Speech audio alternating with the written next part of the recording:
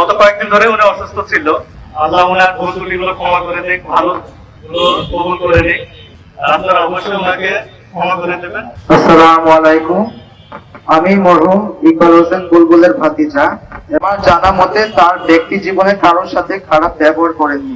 এই রাত্রি 10টার পরেও আপনারা সমবেত হয়েছেন, সেজন্য আপনাদেরকে ধন্যবাদ।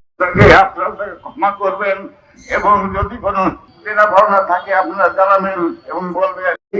আমাদের যে কষ্ট, এই কষ্ট কোনোদিন শেষ হবে না। الله أكبر عليكم ورحمة الله السلام عليكم ورحمة الله কলেজ মোড় সংলগ্ন কবরস্থানে লাশ দাফন হবে।